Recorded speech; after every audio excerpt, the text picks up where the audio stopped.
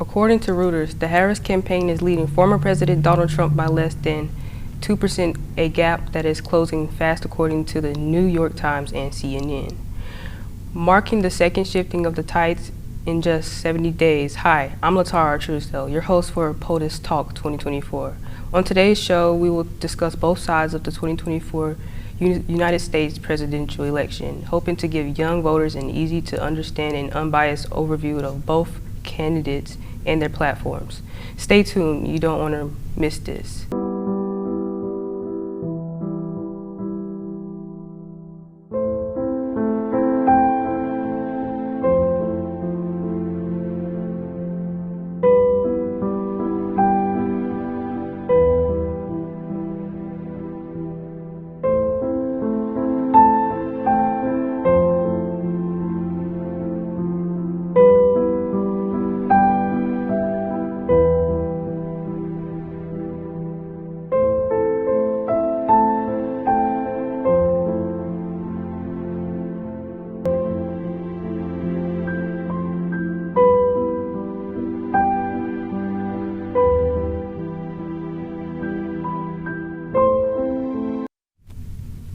In the United States, more respondents in the September survey of CNBC said they thought Trump would be better for the stock market and the economy as a whole.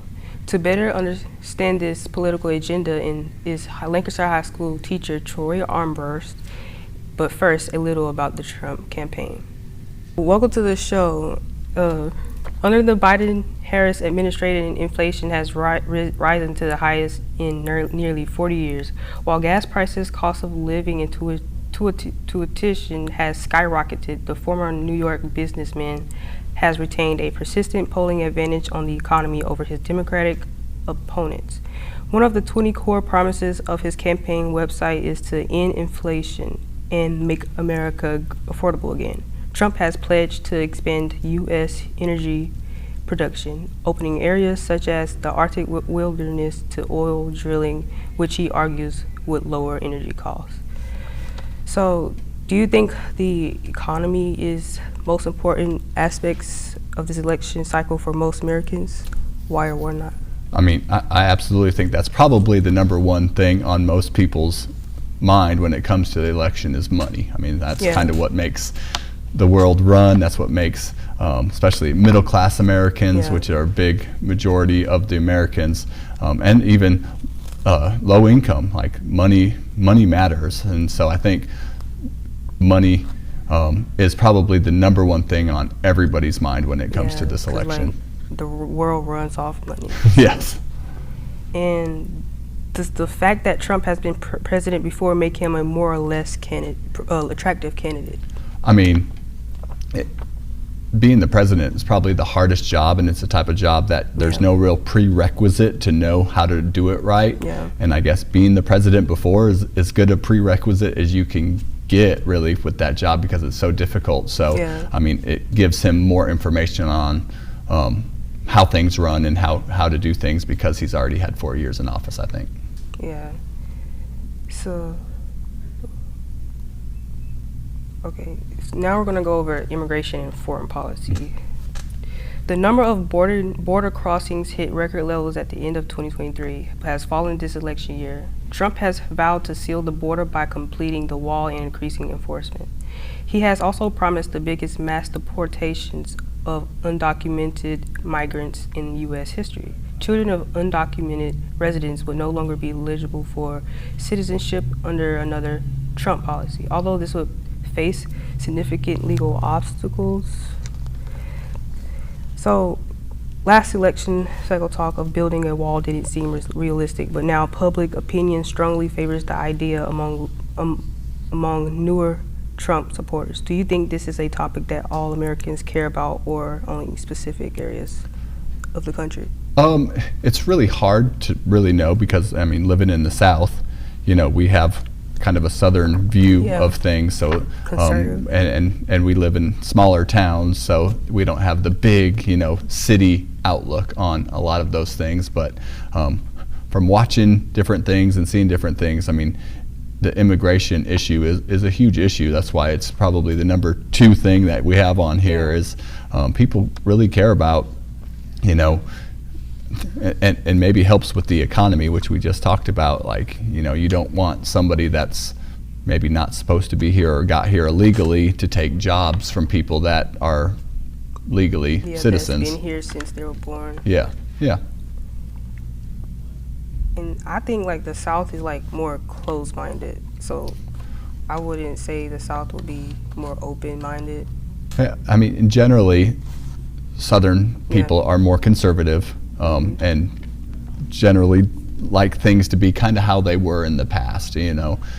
So that's, yeah. I mean, but having open borders, I think the idea is right. Like, we want to help people from other countries. We came here at some point in our generations, unless we were the Native Americans, you know. It's just the way it's been handled. It's the way it's been handled, but, you know, I think some people, Trump wants people to come in legally, and because there's been a lot of illegal immigrants. Okay, now on gun rights. As a Republican, Donald Trump is a staunch supporter of the Second Amendment.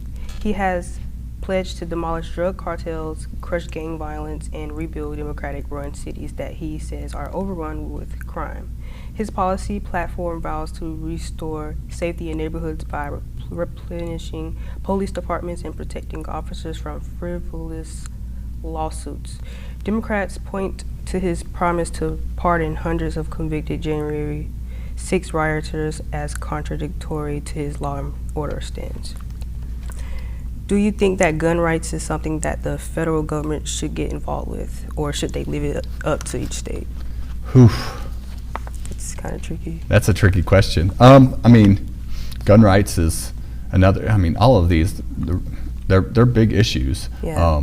You know, working at a school, being at a school, you know, you don't want guns to be easily obtainable for everybody, you know, and there needs to be definitely some laws about how to be able to get them and who should have them, and it should be documented and all those other things. Now, I think getting rid of guns it's just not going to happen. Yeah, no. Whether you're a Republican thinker or a Democratic thinker, I think that's kind of an unrealistic expectation, is that guns are going to be completely off the streets, because that's just not going to happen. So, I mean, the policy on gun rights is a really important one for whoever you're voting for to look at. Yeah. So, I think there should be like universal background checks in order to get guns, because it's too easy nowadays to get one.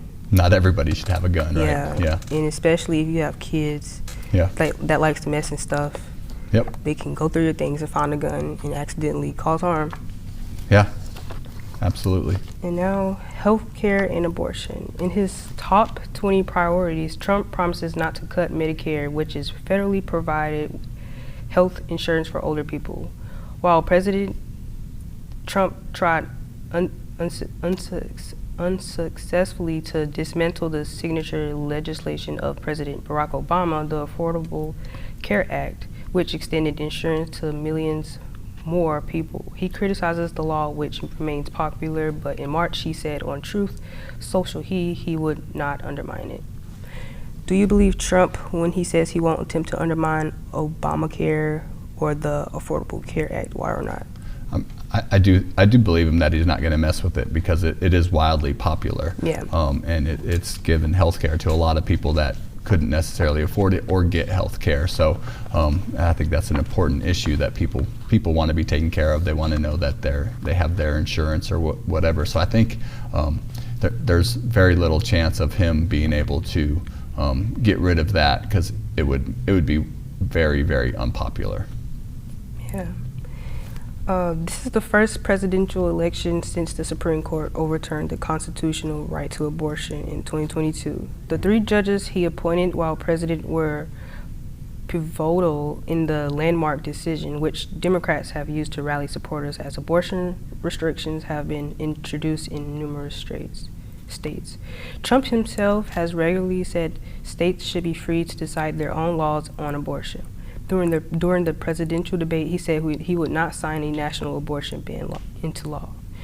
Does the Trump campaign stance on abortion alienate more moderate conservatives from voting Republican? No, I think they're going to vote Republican. Yeah. If they're a Republican, they're going to vote Republican anyway. But that's another, it's a big topic, the abortion and women's rights. And so leaving it up to the state kind of takes it out of his hands because, instead of being at the national figure, letting the states decide, depending on what kind of, each state kind of leans one way, either Republican or Democratic. So leaving it up to them, I think, takes it out of the federal hands. All right, so we're going to take a break. Okay. That's all the time we have for this segment. Don't go anywhere. We'll be right back with more topics.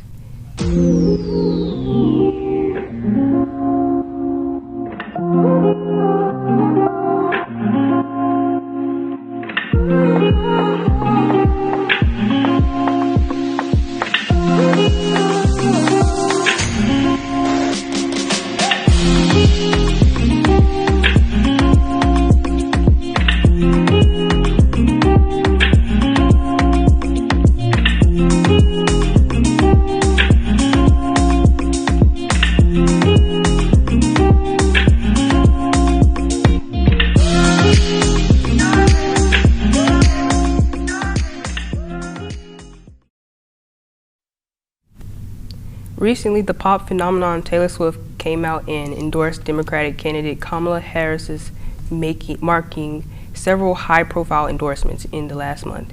Here again to discuss the Democratic ticket is Lancaster High School teacher Troy Ambrose. Welcome back. But first, a little about the Kamala Harris campaign. Get around. So, as vice president, she has been Mr. Biden's partner in passing major economic legislation regularly labeled Bidenomics, which included major investments in infrastructure and green energy. Recently, she has begun to distance herself from these policies. In your opinion, are voters responding more positively or negatively to this shift? I think people were pretty unhappy with the Bidenomics, so to speak. So I think she almost, if she wants to have a chance in the election, has to distance herself somewhat from that and to maybe take a different step or a different look on the economy. Like we talked about in the last segment, the economy is a big thing for most Americans, and they want to be better off, and they want your president to help make them better off. I saw both negative and positive. I just saw the in between. Yeah. But also, do you think it would have a net negative impact on her votes? I mean, I think because she's kind of taking a different look, that it might not. It might actually be a positive thing that people, Democratic parties in the past have usually done decently when it comes to the economy. So I think people like that. But it's hard to say. Change is a good thing sometimes, and it's a bad thing. And it's hard to, in 4 years, make a huge impact. So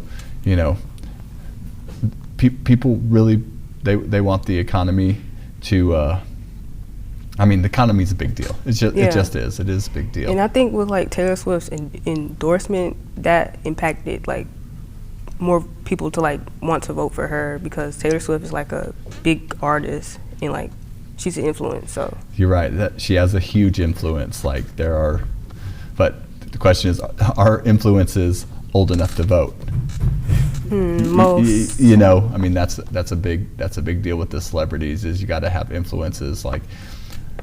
I'm a voter, and my girls love Taylor Swift, but whether or not she promotes one party or the other isn't going to affect. It just depends on how the ages of her listeners. Exactly.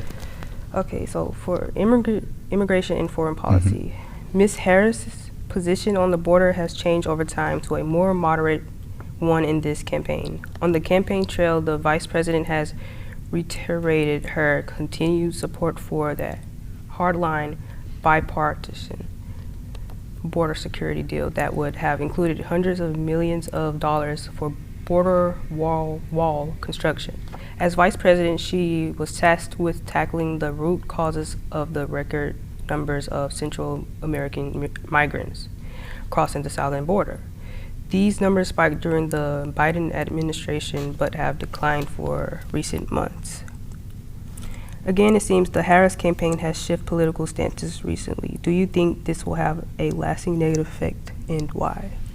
I don't think it'll have a negative effect. I think the immigration, the people coming across the borders, I think a lot of people are concerned about that. Yeah. Whether you're Democratic or a Republican candidate or person, I think, losing jobs and other things like that, I think that concerns people. So I think it's something that they're really going to look at. Especially like the Venezuelan gangs. Yeah. I mean, and so people are looking at, and I think that's why she's changed her view a little bit on that, to say, maybe we need to make a change and rethink that. So I don't think it'll have a negative effect on her campaign. Immigration and border security has been polarizing topic this election cycle. Is this a topic that people in South Carolina care about? Why or why not? That's a good question. Go ahead. I haven't really seen anybody talking about it here, mostly online. Yeah, I mean, it's one that, we're not super close to a border. So, and a lot of immigrants are being sent or going to big cities, which, there's fewer maybe or less big cities as in the South. So I'm with you. I haven't heard quite as much about that, especially here in South Carolina. Even with the increased Hispanic population in Lancaster, I really haven't seen anything or heard anything. No, I don't think it has much of an effect on South Carolina. All right, gun rights. Mm-hmm. Miss Harris had a history of backing gun safety regulations throughout her political career, and she successfully defended California's gun laws when they faced legal challenges as the state's attorney general. As Vice President, she has overseen the White House Office of Gun Violence Prevention and supports the implementation of red flag laws, which are aimed at keeping firearms from those who may harm themselves and others. Her policy platform includes a ban on assault weapons and high-capacity magazines, as well as requirement for universal background checks. And during the debate, she noted that both she and her vice presidential nominee, Tim Walz, are gun owners. In your opinion, does Harris' stance on gun rights conflict with the fact that she is the registered owner of a firearm? I'm not really sure. The gun rights things are tough. We live in South Carolina, and it's pretty much a Republican thinking state, and people they like to have guns and they like their rights to have guns. So I think they like the fact that she probably is a gun owner, but not like the fact that she's in favor of banning assault weapons and those sorts of things, because people don't want guns being taken away. Yeah, but it's a good thing if the gun rights get restricted, because it will reduce the harm that it causes. Well, and as you said last segment, having a universal background check or whatever on people would help with some of that too. Yeah, because some people don't need guns at all. Due to the ever-increasing number of school shootings, as a teacher and father, is gun rights an issue that is important to you? Why or why not? I think all of the issues are important, and guns are no different. Obviously, we don't want guns in our schools, and we don't want we want our schools to be safe and feel safe. So, and as you said, making it harder, maybe a little bit harder to get guns, maybe isn't a bad thing. I don't think. I mean, they're not going to ban guns from citizens. I mean, people can say they want that, but it's just not going to happen. I mean, it's been a part of our. Even with banning guns, there are other weapons, so I think they should restrict those too. Yeah. Well, and I think the whole background checks and knowing who gets weapons and being able to document that sort of thing, I think that's an important thing, and I think that's another way that you can make schools a little bit safer is by making sure that it's harder to get weapons. Yeah. So Ms. Harris held fairly progressive views about healthcare earlier in her career. She supported expanding publicly funded healthcare programs in the U.S. that covered the elderly, youth with disabilities, and poor. This included backing Medicare for all, but she later walked that position back. On the campaign trail, she said that she wants to raise billions of dollars in medical debt for Americans and would work with the states on the issue. Do you think that the government should find a way to make all healthcare free to Americans? Why or why not?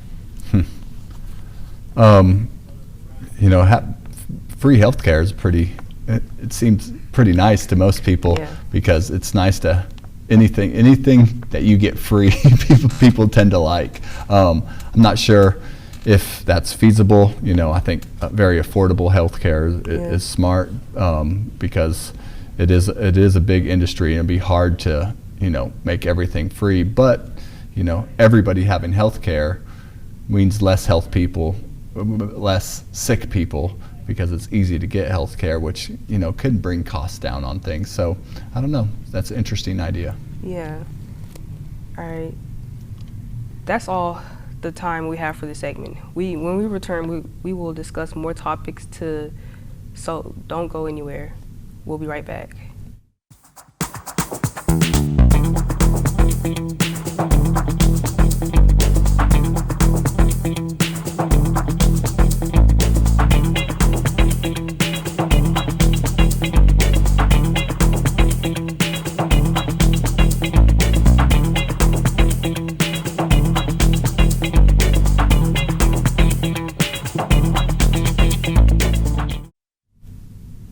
We've heard from both sides of the aisle, and while there are certainly merits to both, there can be only one president of the United States. Let's hear from some of our local Lancaster High School students as they cast their votes. Earlier this week, I interviewed 2 classrooms here at LHS, and here are the results. These classrooms are full of Generation Z. According to Pew.org, Gen Z adults tend to be slightly less Republican than older Americans. More than half of Gen Z teens do not identify with a major party, but most share their parents' party identification. Gen Z adults are more liberal than older Americans, while Gen Z teens are more moderate. In these 2 classrooms, more than 65% voted for Kamala. Welcome back to the show. And how do you think the political preferences of Gen Z will impact the upcoming 2024? Well, I don't think it'll affect too much, really, unless they're 18 or above. You know, which I don't know how many Gen Zs are 18 above. What's the age frame of that group? I think it's from 1999 to 2008. Okay, so a smaller percentage of that. So you have a large percentage that would vote for the Democratic Party. And I think you were right, as you said, as people get older, they tend to become a little bit more conservative because they like things to kind of stay the way they are, unless things are going really bad in your life, then you want to see some change. And I think since millennials are right behind Gen Z, I read 40% of them had the same views as adult Generation Zs. Mm-hmm. So I think that would impact the voting. Well, and I think about when I was younger, I definitely I liked change a little bit more, and I wasn't really sure, and liked to see different things, and that's generally a liberal or democratic view of things. So when you're younger, you kind of think that way, and as you get older, I mean, you change and evolve. Everybody kind of changes and evolves, and you become more conservative. And so, like a person like me, I have a little bit of both in me. I have a little bit of, I like to see some change every now and then, and I also like the way things have been. So it's I want to have maybe a little bit more conservative as I get older. So it kind of depends on your age. So it doesn't surprise me too much that younger people think that way. Yeah, and I think it depends on the environment and your family members, because they could influence you. Absolutely. And growing up around conservative views and ideas, values, you could grow up with all that in you. So sure, yeah, absolutely. And there are many people that do that and have grown up, and you can tell that through their children a lot of times. Yeah. So what do you think about the results of the September survey? From your survey? Yeah. The 65%? Yeah. I mean, it's very interesting that kids think that way, especially in the South, because the South is pretty Republican and pretty conservative, and South Carolina is as conservative as they come. They vote Republican almost all the time, and have for a long time. So it's interesting that the younger generation, it's always interesting what the younger generation thinks and how they see things, because they got a very different lens than somebody that's my age. I feel like we're a lot more woke. Yeah. And we're leading to the left swing. Sure, absolutely. For the presidential election, do you think either the selection of vice presidential candidate put their running mate in the driver's seat? Why or why not? Do I think they put their vice president in their running mate? The running mate in the driver's seat. I mean, the vice president really generally hasn't done a whole lot. Yeah. In the past. I mean, they definitely have policies that they help the president act on, but the president's the one with the real power. So I don't think I don't think many times people I'm not going to vote for that president because of who they chose for their vice president. I think it really doesn't matter as much. I heard a lot of praises for Kamala's candidate for vice president.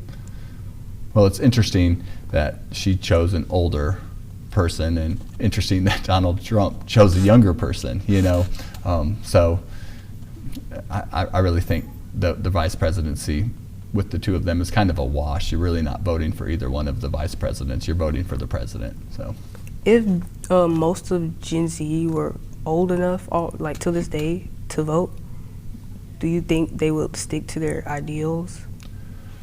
And I mean, which you'll see as you go old, people change a lot through the years. I mean, people or students that I have, as sophomores, when I see them after they've graduated, they're much different people. So it's really, really hard to tell that, because, I mean, your high school years and then your college years are very formative years, and it really defines kind of who you are and who you're going to be. And people change a lot during that time. Some of your friends probably you had when you were younger aren't your friends anymore. So, I mean, there's a lot of turnover that happens. So I think it's really difficult to say. Yeah, because you have to let your frontal lobe develop and all. Yeah, that's right. If you were to vote, who would you vote for? I'm going to keep that one to myself right now, who I'm going to vote for. But, as I've said before, generally in South Carolina, it leans to the Republican side pretty predominantly. So, whether I voted Republican or Democrat, I think South Carolina probably goes to the Republicans. Oh. All right. That's all the time we have for today. If you have any comments or suggestions, contact us at the address on the screen, or email us at learn.tv.lcsd.k12.sc.us. You can see our content on YouTube. Just search Learn TV Lancaster. I want to once again thank you all thank my guests for being on the show. Thanks for watching the 2024 presidential election show.